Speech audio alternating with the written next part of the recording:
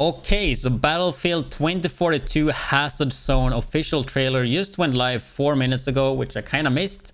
So I'm gonna watch that now though. But before we watch it, some of the leaks that we have heard about is that this mode is supposed to be something similar to Escape from Tarkov, Hunt Showdown, and maybe even Dark Zone. So I think my prediction is that you're gonna spawn in on a map, you're gonna start with like no gear, you're gonna gear up, do some objectives, and then finally extract, which kind of seems to be the way that Ghost Recon Frontline is going to be played as well.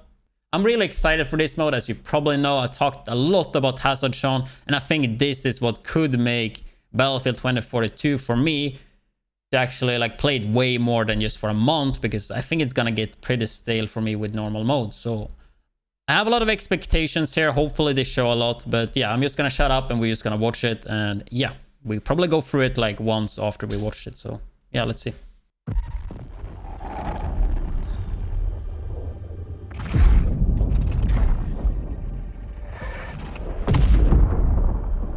The graphics look so good. Those special cinematics, like the cinematics when it comes to Battlefields are just so sick, and that's super loud. What the fuck?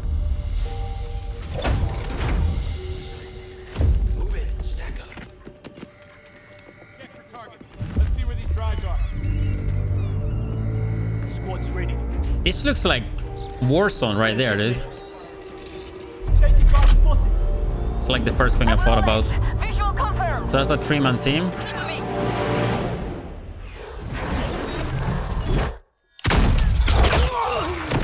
Two and one. Look at her just being a bot there, though. Okay. Every squad for themselves.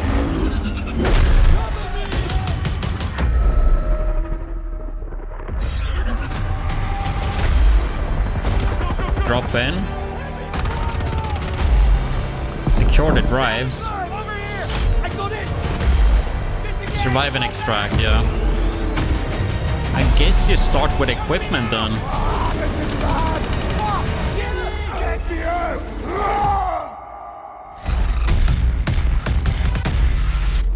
Is that all info we got? There might be some on their website though. But it seems like maybe you start with weapons here, right? Let's just watch it again a bit. We haven't seen this map before.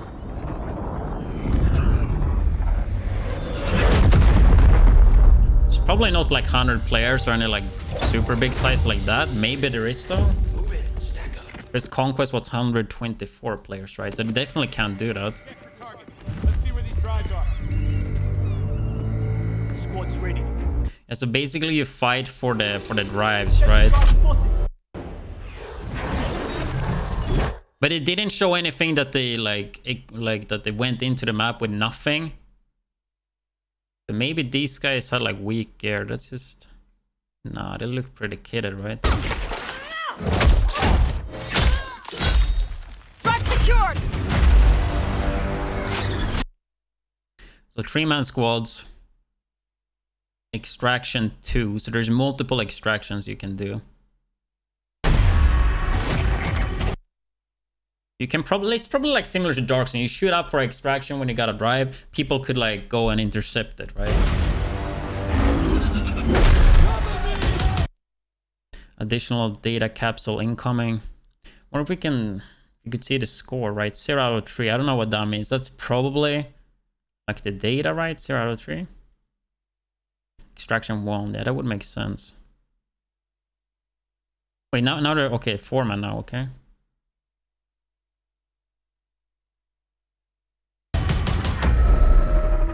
And all of those, I guess that's the capsules, right? Probably not, actually. Different maps. Extraction in 5 minutes.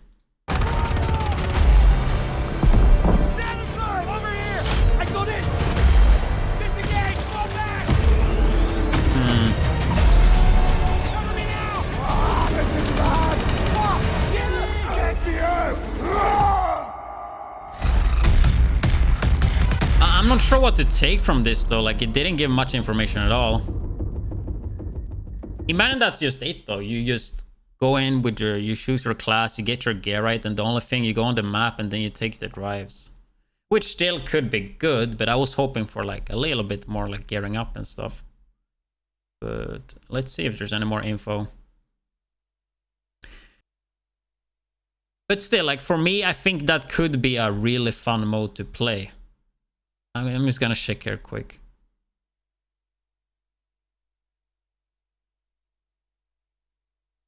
Okay, so here we have some extra battlefield hazard zone info. Hopefully, at least. That's the trailer that we just watched. Hazard zone within the wall of 2042. Okay, this is just like lore. Navigating the hazard zone. In hazard zone, you need to get in, get the goods, and get out in one piece. Simple on paper, in execution, far more complicated and dangerous as you contend with other players, occupying forces, and deadly storms. To leave the hazard zone alive and reap the benefits of data drives you collected, teamwork will be crucial. Okay, there seems to be some information there, that's good. Okay, you will start each game of hazard zone at the mission area briefing screen, where you will see an overview of the mission area. Here you will find out which regions of the map have higher probability for you to encounter data drives, enemies, and uplinks, which are your communication extension to HQ and requesting call-ins. Venturing into areas where there's low probability of foes is likely safer, but you find less data drives. For the big rewards, you will have to head into the heart of the danger and come out on the other side alive. Using that briefing information, you and your squad will then select your specialist and loadout. Yes, okay, so you get to start with specialist and loadout. I did not think that's how it is, but okay. Every squad is composed of 4 unique specialists, so you and your teammates will need to pick specialists and loadouts that complement one another if you are to extract safely. Using dark market credits. Okay, now it's getting interesting, okay? Because there needs to be more than what we heard here. So this, okay, some credits. Earn in Battlefield Hazard Zone, you'll be able to purchase your favorite weapons and equipment that can get you out of a tight spot. If your pockets are full of the credits, you'll be able to purchase and equip SMGs, assault rifles, snipers, and more. So does that mean that you start with a pistol then? But okay, that's good at least. You can also buy throwables and equipment that will grant you tactical advantage, like medical and ammo crates or smoke grenades capable of granting you a cover you can use to escape intense firefights. And let's not forget the explosive recoilless M5. I think that's the rocket launcher, right? Capable of punching a hole in enemy vehicles. But if you're hard up for DMCA, don't worry, every specialist will have access to a free attachment-less assault rifle as a starter weapon. So there is progression. Though. So that sounds good, actually. Alongside your equipment, you can also buy tactical upgrades that can drastically improve your chances of survival. There are 15 tactical upgrades available at launch, and here's a quick glimpse at some of them. Extra throwable, one more selected throwable gadget. Show the landing position of crashing capsules 30 seconds before they arrive. Reimburse 25% of upgrade and loadout cost if you die. 50% plus 50% dark market. Plus 50% dark market credits bounty when killing opposing forces. That's nice. Swap between weapon 15% faster. And then there's more than that. It was 15. They only showed the 5. After you deploy on the landing zone, you use a... We can zoom in a bit. Actually, should have done it from the beginning. After you deploy on landing zone, you use a scanner unique to hazard zone to search for the downed capsules containing the data drives. You need to be cautious as multiple deadly obstacles can spring up in your way at any time. In addition to other no-path soldiers searching for data drives.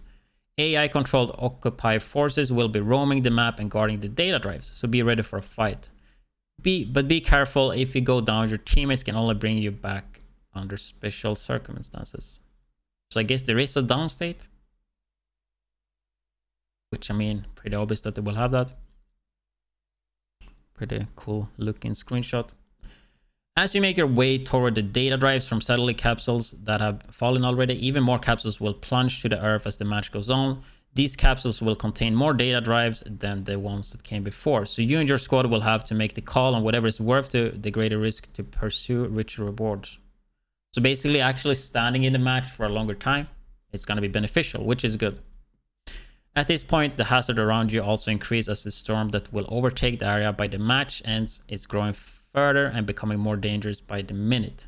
Luckily, you will find several assets on the ground that can help you when enemies are closing in and picking off your squad one by one. Ammo stations are littered across the map and marked on your HUD, so you always know where to go if you're running low. Honestly, ammo in Battlefield is always kind of rough, so hopefully that will not be the case here. At least in my opinion, I don't like when ammo is an issue, but it sounds like there's a lot of ammo stations at least.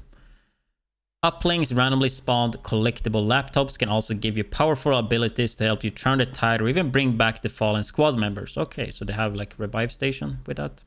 Each uplink is encoded with a particular call-in, so keep an eye out for 3 different types available. Support uplink gives your squad a ranger call-in. Vehicle uplink gives your squad a vehicle. Redeployment gives your squad a squad redeploy call-in. Okay, that's nice. I think in games like this, you want to have at least like, you can get your teammates back if they died, so they don't have to sit there and wait. So that's really good. And then we have the extraction.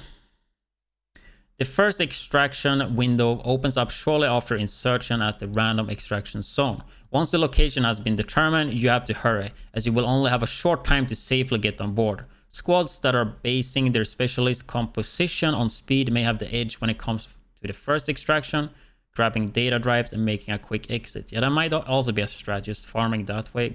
Go in, take data drives, and go out fast. Once you arrive at EC, marked with green smoke, your squad will need to defend itself from occupying forces and opposing task forces, so AI and also other players. But remember, you must get on the helicopter to extract. If one of your squad mates fails to board in time, they will miss the window and have to extract during the final extraction window. Once the first extraction is complete, the storm begins to take full effect, making the map more dangerous. To make matters worse, you only have one last attempt to extract. What? So 2 extractions then? I thought it said 3 though. During the final retrieval phase, most of the initial data drives have been retrieved by other teams of no-pats. I don't know what they mean with no-pats. And you'll be able to track these with your data driver scanners. Maybe that's like AI. But be aware, your foes are tracking you as well. It's your call. Do you hunt down the remaining squad for more data drives? Hell yeah. Or focus on escaping. As the storm approaches its peak, the final extraction windows opens. This last extraction zone will force the remaining teams to battle over the last chance to leave. Any team that is left behind effectively loses the round and all the data drives they have gathered to this point, lost to the storm. So that's good. It's like high risk, high reward, which is something I like. So here you can see, oh, they collected the 14 drives. They killed 11 players. They only got out with 10 though. They revived 4 players and 2 respawned. Yeah, I think this mode could actually... It's not exactly what I thought it would be though, kinda. But it sounds pretty good. Potential, for sure. Squads that successfully capture data drives and extract will be rewarded with the credits, as well as bonus dealt out to members based on their action taken during the match, such as kills. The more data drives you extract, the higher reward for your squad will be. The more data drives you gather in a match of Hazard Zone, the more experience you gain for your overall level and battle pass, and the more credits you collect to spend on equipment and upgrades during a future match.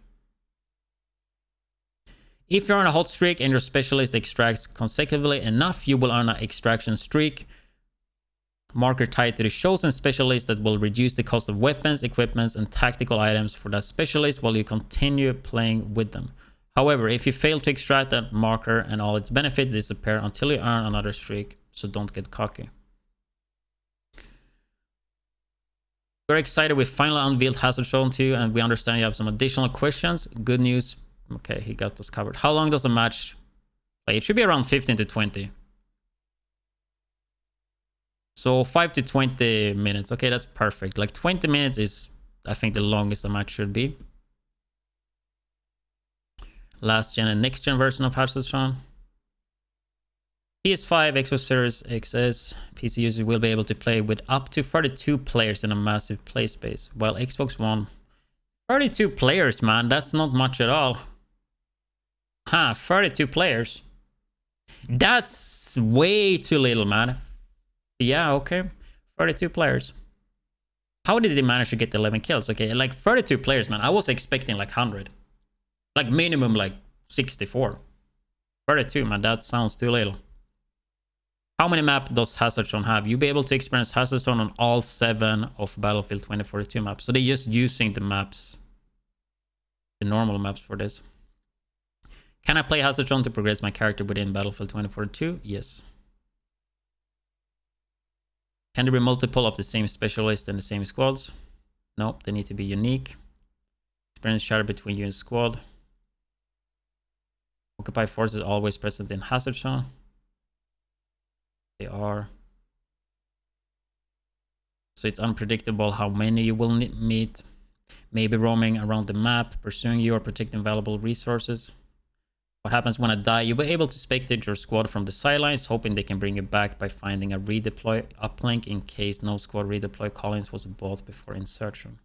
So you can actually buy that before you start. Possible to redeploy multiple times in Hazard Zone. If your squad bites the dust, the mission's a failure and you lose the match. But should one member still be alive and manage to trigger redeploy call-in with DMC before a match, they can bring the entire found in the world or purchase. Okay, so you can basically do how many times you want as long as you have credits. Or you find like the redeploy call-in. Pay to win. You will use dark market credits, which can only be obtained for gameplay.